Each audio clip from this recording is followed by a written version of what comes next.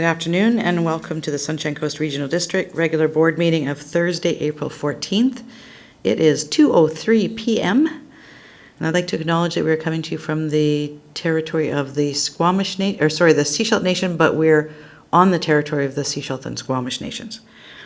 We have an agenda in front of us. Are there any errors or omissions, additions, deletions to this agenda? Seeing none, I'd look for a motion to adopt the agenda as presented. Moved and seconded. All in favor? Thank you. And I'd look for a motion to receive the reports. Moved, seconded. All in favor? Thank you. First up are the regular board meeting minutes of March 24th for adoption. Any errors or omissions in these minutes? Seeing none, I'd look for someone to move adoption. Moved, seconded, all in favor? Thank you. Any business arising from the minutes or unfinished business?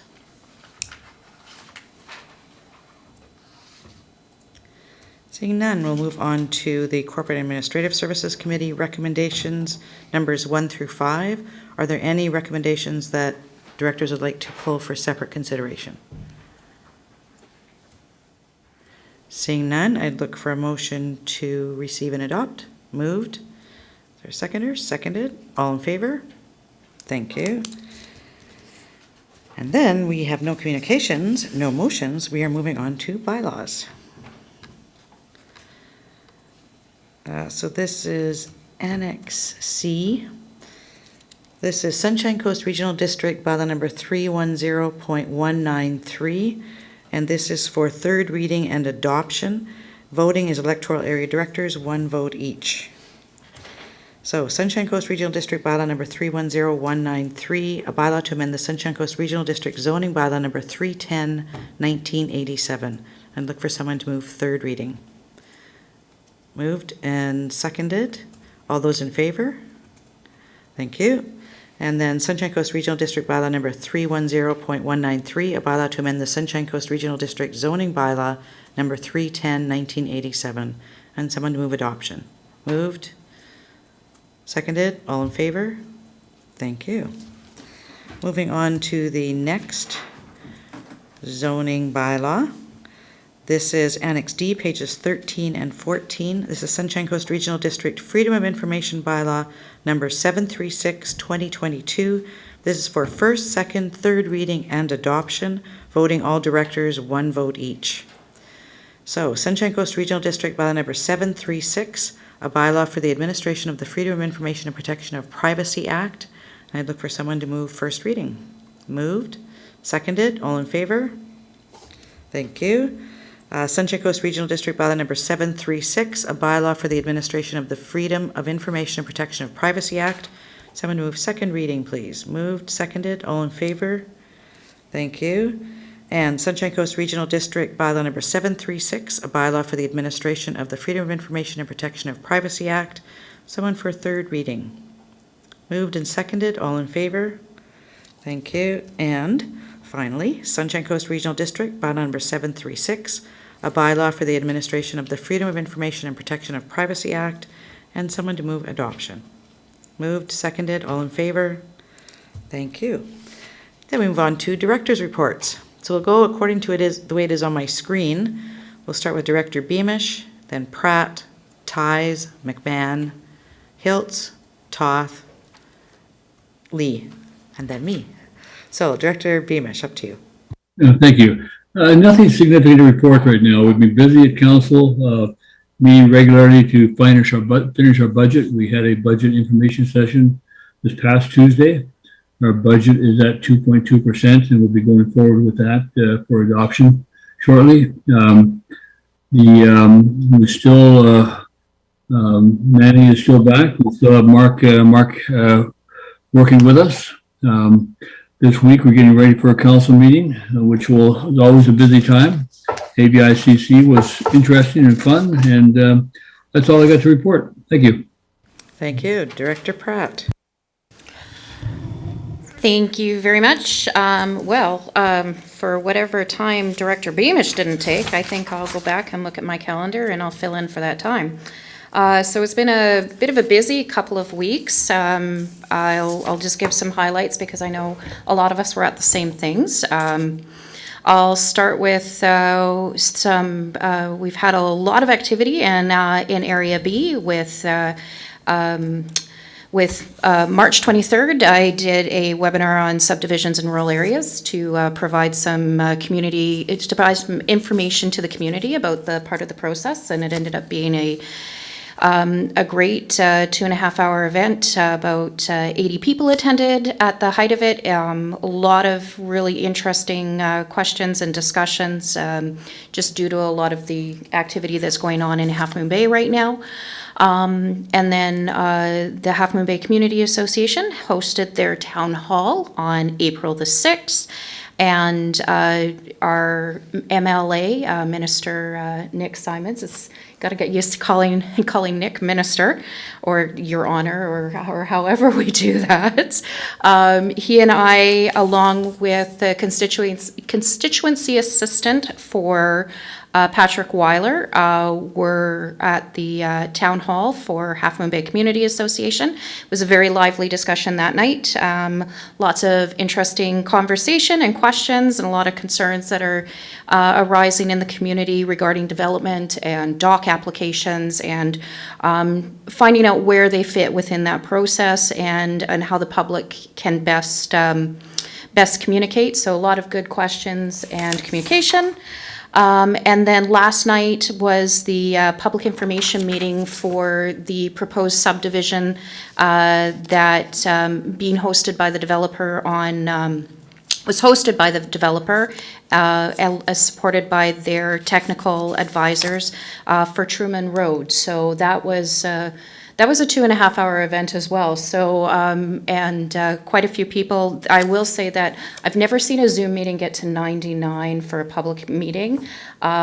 We've had, my webinar was at 80, the town hall was at 99, and last night's meeting got to, I think, about 82, 83 people at the public information meeting. So there's a lot of really interesting conversations that are going on in Half Moon Bay right now, and a lot of really good communication and conversation going back and forth. Also, some of the other events that we've had, of course, I attended the Seashell Library Board on behalf of Director Lee. It was it's neat to get back in there and find out what's going on, and give them an update of what we're doing here at the Regional District. March 28th, the meeting our approving officer and getting a presentation and finding out about that. That was fantastic, and I love to sit down and have that conversation over and over again. That was, and find out more and really delve into it. But that was really, really helpful in additional understanding about the approval process for subdivisions, and find out more about their work within the umbrella of the Ministry of Transportation, but in the greater legislative framework of the province. The transit workshop and, of course, the intergovernmental meeting on March 30th were also very informative as well, and really enjoyed both of those, and thank you so much to staff for putting those on. And then, of course, the Association of Coastal Communities and Vancouver Island was March, or no, I guess it actually technically started April 1st, but we went over on March 31st. It was over in Victoria, and having an after-hours tour of the legislature with our MLA was amazing. It's so funny, as you know, we commented as we walked through, you don't see another soul, even though you know you're being watched the entire time. But it was really neat to see Minister Simon's office and get a really good feel for, a little bit of the back rooms that you don't get to normally see in there. And it's so valuable to not just connect with him, but other elected across our region, as well as with each other, having that group dinner out and really, having some chance to unwind, as this is the first conference that we had returned to in person after COVID. So really great to connect, and congratulations, Director McMahon. And I don't want to take any more thunder that way, but very proud of how you've done there. And then also last week was our electoral area forum and local government leadership academy. Lots of learning, and probably the biggest highlight, a couple of them, meeting Dr. Bonnie Henry was fantastic. But Minister Cullen for Ministry of Municipal Affairs, we kind of turned the tables on him, and he was asked to, we were all set up in a circle and for an activity, and then he came in to give closing remarks, and rather than putting him on stage, everybody's like, no, come into the circle, come into the circle. So here's like a group of, it must have been like, 120 of us or so in a circle as elected, and then our minister right in the middle. So it was very brave of a minister to actually be like, okay, and his poor ministerial assistant, I think she was about ready to die, because there's nothing worse than when a politician goes off script, and I know as staff you sometimes worry about that. So, but that was a really, it was so great to have that learning opportunity, as well as have those connections with some really interesting people and think about the bigger picture. So, I know, I think that's about it for now, and there was a lot, and we had a lot of fun and learned a lot. Thank you. Director Ties. Thank you. Yeah, well, thanks for that report, Director Pratt. I did miss out on some of the fun in Victoria, and I'm sorry I missed that. And it's good to hear some of those reports. I participated in the Sunshine Coast Youth Action Advisory Council meeting on 29th of March, so that was a while ago already. Things to report are that eating disorders are up. There is a 6 to 8 month wait list at the treatment facilities in North Van for that. And the other thing is that everybody is short on staff and is hiring. That's about it from the Sunshine Coast Youth Action Advisory Committee. Yes, thank you for the Ministry of Transportation and Infrastructure meeting that staff arranged, as well as the transit workshop, and then the intergovernmental meeting was also interesting.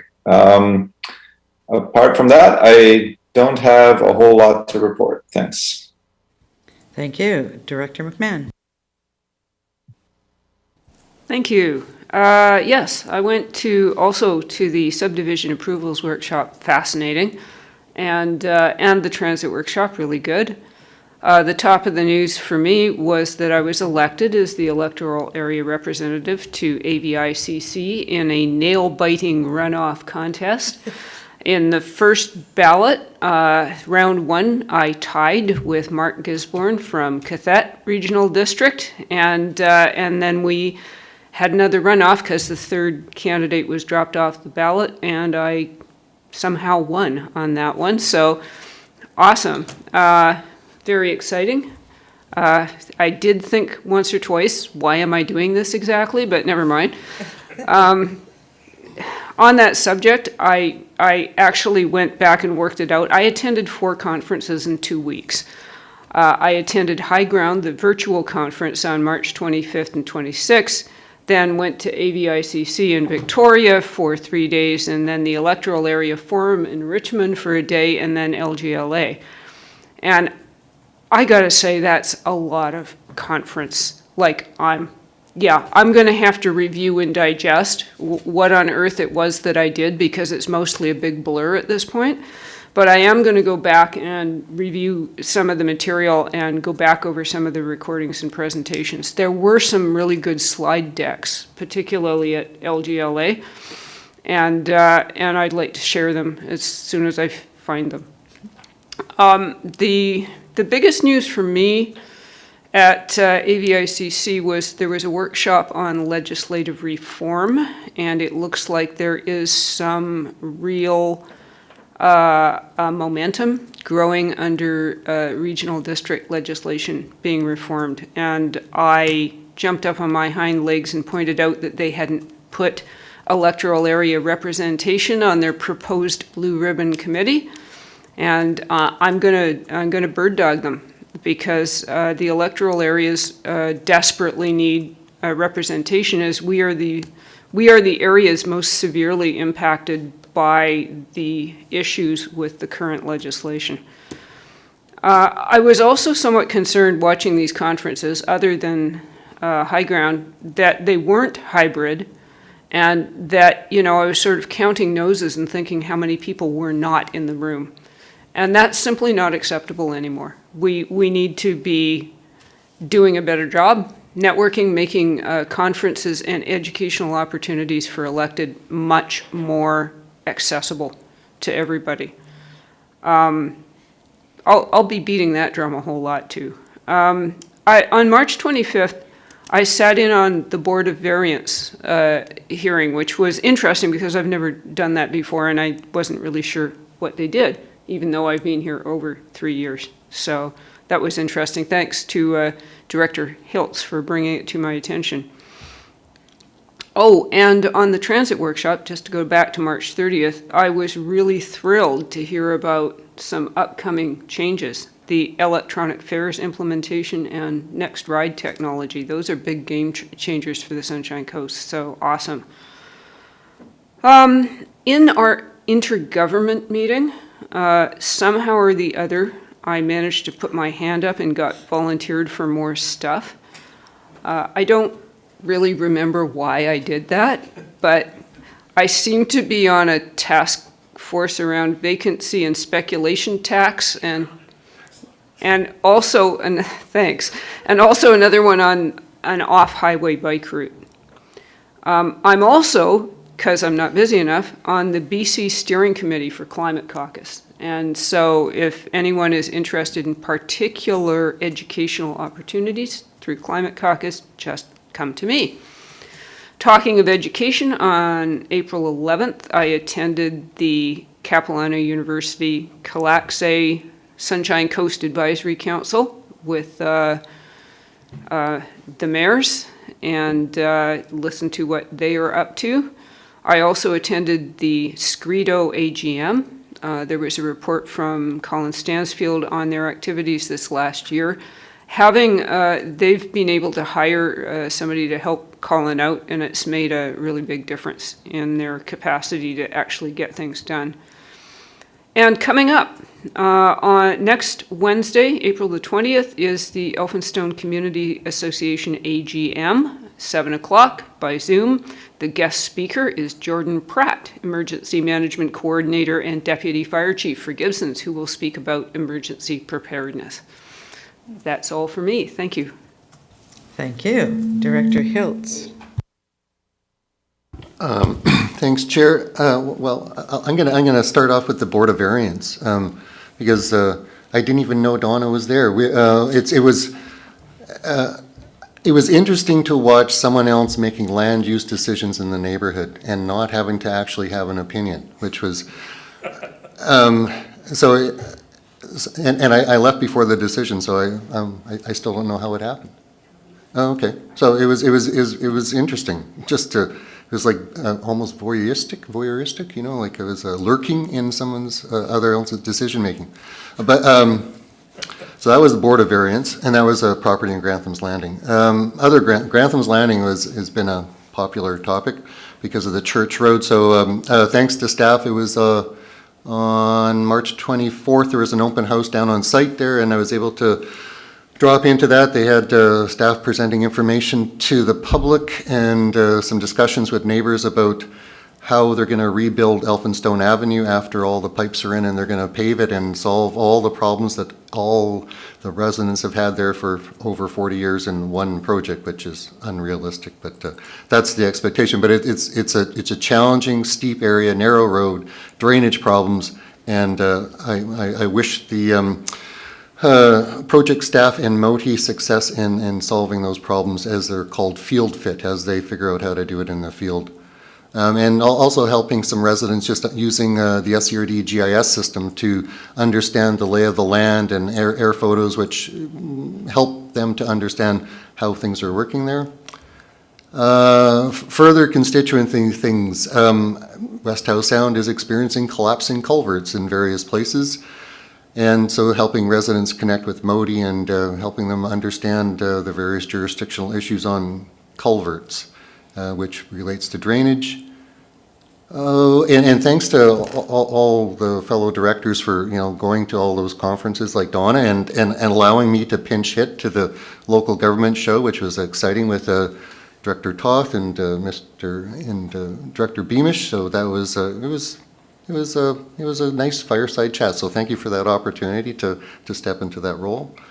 What else is going on? West Howe Sound Community Association was on Tuesday, and the guest speaker was Angie, I believe it's Thielman. She's with the Sunshine Coast Resource Center, and she's their coordinator, connector person, and telling us about the functions that they do. And she's a frontline worker to really understand what's happening on the coast. And I'm going to say the suffering that the residents are having in these times, they seem particularly stressful and challenging, and it seems to be affecting often housing and people on the upper ends of our age and the 60 plus who have been long-term residents and are being displaced through the changes in the housing, and they're not necessarily equipped technologically and understanding processes to deal with all these changes. So yeah, it's she finds it a very fulfilling job because she feels it's something happening on a day-to-day basis that she can contribute to the community. So it was a good presentation. Yesterday I was visiting Gambier Island. Camilla Berry, the alternate for RF, she's delivers the mail on Gambier Island. So we walked the mail route. And if you want to talk to people on Gambier Island, walk the mail route. The Capilano Highways was grading, they were flailing. So we were moving rocks and stuff off of the road, walking the muddy roads, it's definitely a word-of-mouth place, Gambier Island. And that was the 13th, and today's the 14th. So that's the end of my report. Thank you. Thank you. Director Toth. Thank you, Chair. Thank you, Director McMahon, for volunteering from the SCRD to be part of the vacancy and speculation conversation. Councillor McLean and I were trying to remember who volunteered from the other governments. I attended the local government show. It was a good conversation. It's the first time that I think I've spoken to Keith. He tried to get a commitment out of me about whether I was running again, but he wasn't successful with that. Attended AVICC with everybody, or most of everybody. It was a lot of fun, really good zero waste tour that we went on Friday morning, which meant we had to go over on Thursday evening, and our flights got canceled coming back, so we had to do the ferry trip. And anyway, yeah, it was good. It was a good time. It was good to get out and good to see some of the other elected I haven't seen since 2019. At District of Seashell, we had the space planning consultant present on the needs for municipal hall over the next 10 years as the staff complement there grows and as the needs for working space change over the years. We also had a presentation on our short-term rental progress from the consultant on what they'd heard from the community, some recommended changes, what they wanted, and some things that they needed feedback from us on. So looking forward to the next step of that. I think next step is maybe some draft bylaws coming back to us, so hopefully.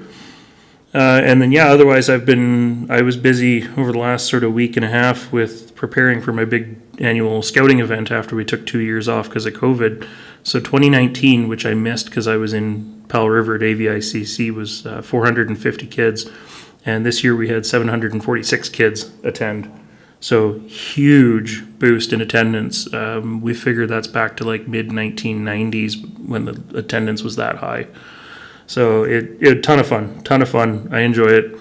It's my way of giving back to the scouting organization after, the couple decades that I spent in the organization as a youth. So that's really all I have to report. Thank you. Thank you. Director Lee. Thank you, Chair. I too attended those 4 conferences, and I must say it becomes a bit of a blur. I'm looking forward, though, to getting all the handouts and going back and matching my notes to the slides and reviewing it. I found they were all good, all valuable. There was one thing that I thought I would mention. Director McMahon had a comment to make on perhaps they could do a little better labeling when they say Blue Ribbon Committee, because she says that seems like first prize on a pig judging contest. It was kind of funny.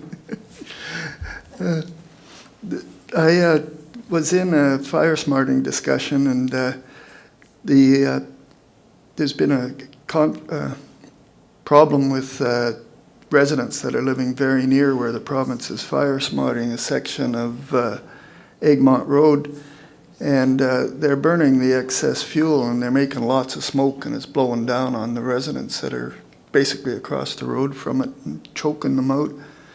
So I asked the guy, what should I tell the residents when that's happening? And he said, what we do is, he says, you got a choice, a little smoke now or a lot of smoke later. I thought that was a little flippant, but we should think some way of doing that when it's really close to residents like that. We should be hauling it away or chipping it or something and burning it in another place, not basically right next door to them. And of course that stuff's all green right now, so boy, lots of smoke. Something that we have to think about while we're doing our Fire Smart projects. But it's finished now up there in Egmont, and you can see where it's going to help a lot. And they did quite a large section of road. The LGLA, Dr. Bonnie Henry was definitely a highlight. She sure was friendly. It was kind of a shock to hear about people coming to her house and picketing, and her neighbor actually having to defend her. It was quite shocking. But then Darnelda and Laurie didn't mention that they got their picture taken with her. It was pretty good. The fella that used to look after the landfill, or actually the transfer station in Pender Harbor, he retired, and he's now embarked on a new project. He can't sit still, but he retired and kept his equipment, so now he's going around and cleaning up the backwoods in Area A, picking up all the metal, and rather than dropping it at the dump, he gets a big pile of metal and loads up a truck and takes it direct, so it's not that cost. You guys need somebody like that in your area. It's really, really awesome work he's doing. April Tools, April 30th, Saturday. The racing starts at 2 o'clock. If you're thinking of coming, come for the racing. And I'm a marshal, so I get to stand on the end of the dock and get a real good look at it all. It's kind of exciting. There's a new subdivision being proposed up in my area on Lee Road, 13803 Lee Road. It's called Veranda Ridge. They're doing 11 lots, but there's eventually will be 65 1-hectare lots. It's on April 28th, 7 o'clock at Sarah Ray Hall. It's an in-person thing, so if you want to do a road trip, come on up. And the final thing is that I attended the Truman Road public information meeting on April 13th. Very impressed with how it was run, and very impressed with the thorough presentation that the proponent had made. If we could get those slides, it would be really informative for everybody. They talked about the process from beginning to end and the time frames. I was kind of shocked that they figure it's like about a 6-year process before they're selling lots. Holy smokes, how the heck do you provide affordable housing when it's a 6-year process just to get a lot? But anyways, that's my report. Thank you. Thank you. All right, I'm only going to talk about things that others haven't mentioned. I attended the Crest Mall art exhibition. This was put on by the Homelessness Committee on the Sunshine Coast, and it was put together by people who are homeless. So it actually gave their perspective and invited the community in to have a dialogue and to see what the impact is. So it was a great conversation. Some of them had their kids there. One young lady, full-time job, she and her son live in a truck. So that's the reality on the Sunshine Coast for a lot of people. I had a meeting with the Sunshine Coast Rotary Club. They are interested in building a gazebo on Trail Bay Pier. So Shane Jackson, Gary Feschuk, a number of others are involved in that. Very preliminary stages right now, but watch for that coming forward. I attended the Seashell Chamber AGM, and I did the oath of office for the new directors, and also gave a little speech, and then got asked some questions at the end, and the answer got in the paper. Local Government Leadership Academy. I'm not going to talk about the events that we attended there, but I think we did these conferences, and we haven't done conferences for a long time. I know personally, by the end of the day, I was exhausted by all of the stimulation of all of the people that were around us all the time. Because, you know, they were there when you went for a coffee break, they were there when you went for, your meal, whatever. So that's something that we aren't used to anymore, and it really takes some getting used to. Again, I think Director, who was it? One of the directors said they're going to have to go back and look at all the material that we got. I mean, I remember one fellow, I think he was the mayor of Canal Flats, was talking about economic development. And he talked really, really, really fast, and he flashed a bunch of slides up. I know there's some really good information there, but I have no idea what he said. So I have to go back and look at that. So there's lots of those kinds of things. And watch out, staff, we'll be bringing stuff forward. I had the opportunity to do the sod turning for our new operations center in Seashelt.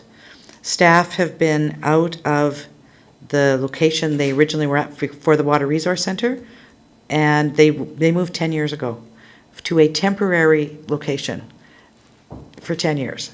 So they were really excited. I got to do a little speech, and I had the manager Parks and manager of Public Works with me, and they represented their staff. So we're all excited to see that moving forward.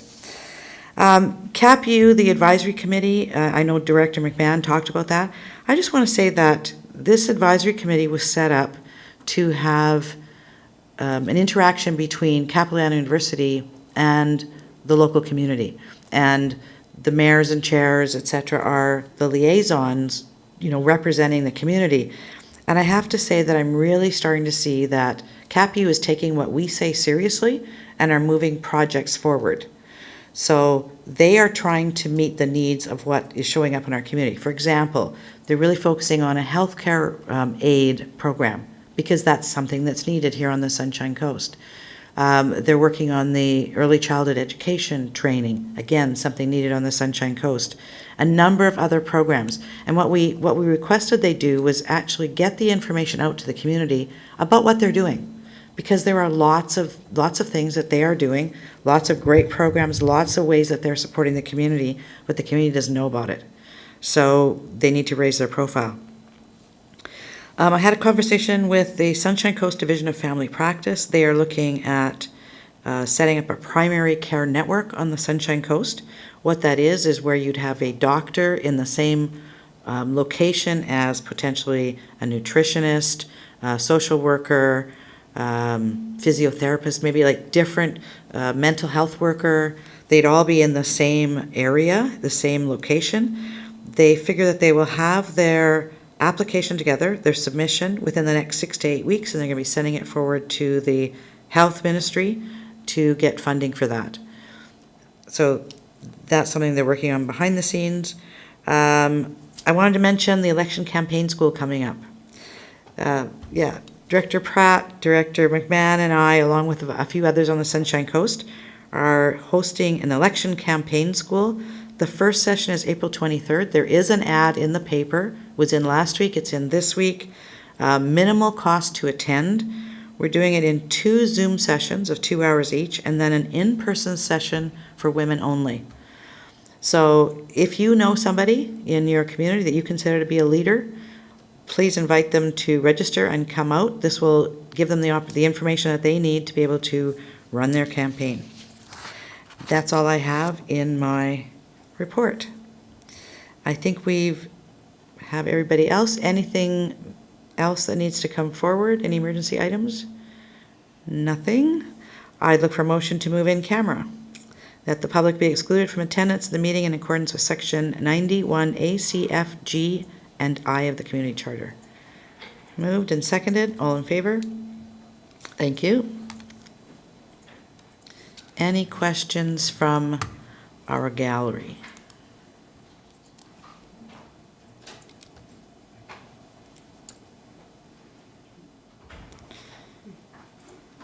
We have 2 people in our gallery, no questions.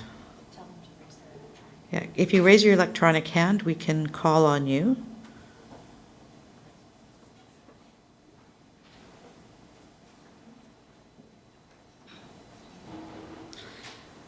All right, we will let Jay and Linda exit the meeting.